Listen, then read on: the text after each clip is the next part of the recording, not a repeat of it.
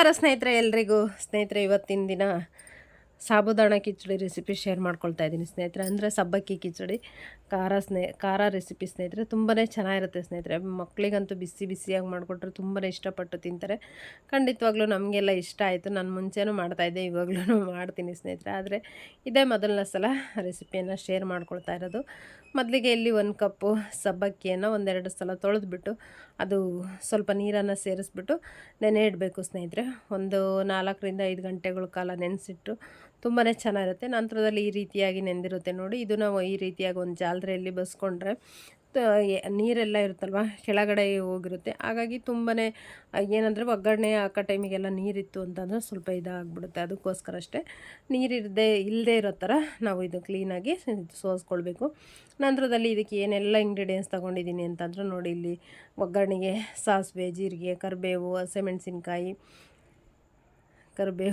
ಹಾಗೆಯೇ ನಿಂಬೆಹಣ್ಣು ಮತ್ತು ಕೊತ್ತಂಬರಿ ಸೊಪ್ಪು, ಹಾಗೆಯೇ ಇದು ಈರುಳ್ಳಿದು ಸ್ಪ್ರಿಂಗ್ ಆನಿಯನ್ ಸ್ನೇಹಿತರೆ.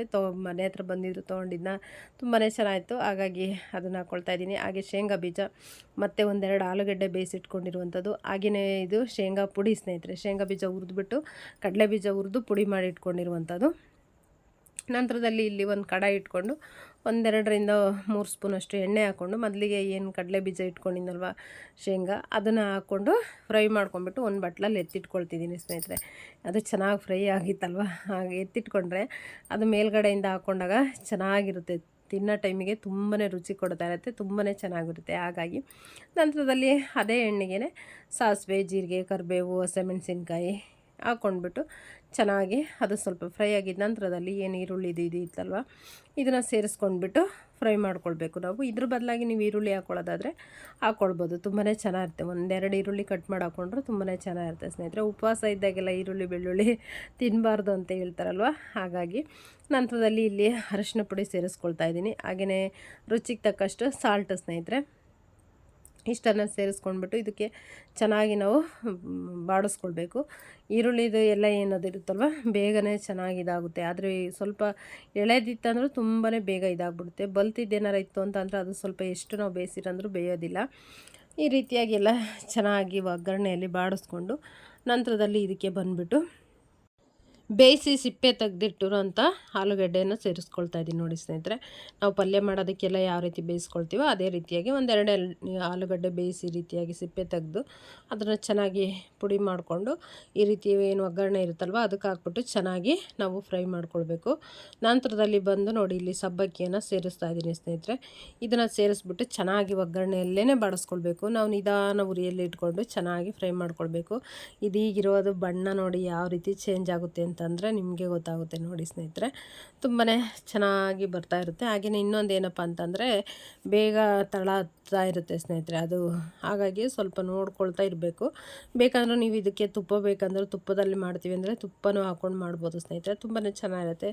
ತಿಂದೇ ಇರೋರು ಖಂಡಿತವಾಗ್ಲೂ ಎಣ್ಣೆ ಹಾಕಿ ಮಾಡಲೇಬೇಕಾಗುತ್ತೆ.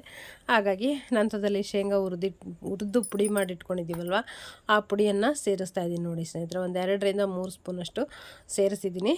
ತುಂಬಾ ಚೆನ್ನಾಗಿ ಅದು ರುಚಿ ತುಂಬ ಚೆನ್ನಾಗಿ ಕೊಡುತ್ತೆ.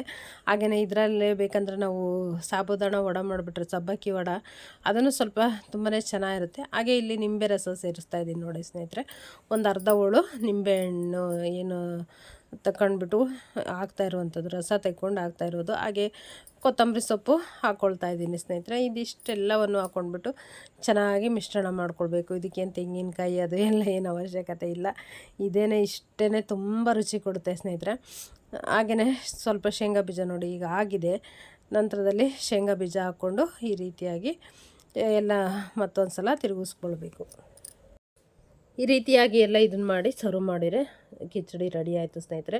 ಏನಾದರೂ ಸಬ್ಬಕ್ಕಿ ಏನಾದರೂ ಚೆನ್ನಾಗಿರಲಿಲ್ಲ ಅಂತಂದರೆ, ಹಾಗೆಯೇ ಕಡಿಮೆ ಸ್ವಲ್ಪ ಸಮಯದಲ್ಲಿ ನೆನೆಸ್ಕೊಂಡಿದ್ವಿ ಅಂದರೆ ನೆನೆ ಇಡೋದು ಅದು ಮಾಡಿದ್ವಿ ಅಂದರೆ ಒಳ್ಳೆ ರಬ್ಬರ್ ಥರ ಆಗ್ತಾ ಇರುತ್ತೆ ಸ್ನೇಹಿತರೆ. ಜಿಗಿ ಅಂದರೆ ತುಂಬಾ ಜಿಗಿ ಇರ್ತಾ ಇರುತ್ತೆ. ಹಾಗಾಗಿ ನೋಡಿಕೊಂಡು ಚೆನ್ನಾಗಿ ನೆನೆಸಿಟ್ಟು ಒಂದು 5-6 ಗಂಟೆ ನೆನೆದ್ರೆ ಏನಾಗೋದಿಲ್ಲ, ತುಂಬಾ ಚೆನ್ನಾಗಿರುತ್ತೆ. ಈ ರೀತಿಯಾಗಿ ಮಾಡ್ಕೊಳ್ಳೋದ್ರಿಂದ ತುಂಬಾ ಚೆನ್ನಾಗಿರುತ್ತೆ. ನಿಮ್ಗೆ ಇವತ್ತಿನ ರೆಸಿಪಿ ಇಷ್ಟ ಆಗಿತ್ತಂದರೆ ತಪ್ಪದೆ ನಿಮ್ಮದಾದ ಒಂದು ಪ್ರೀತಿಯ ಲೈಕ್ ಇರಲಿ ಸ್ನೇಹಿತರೆ.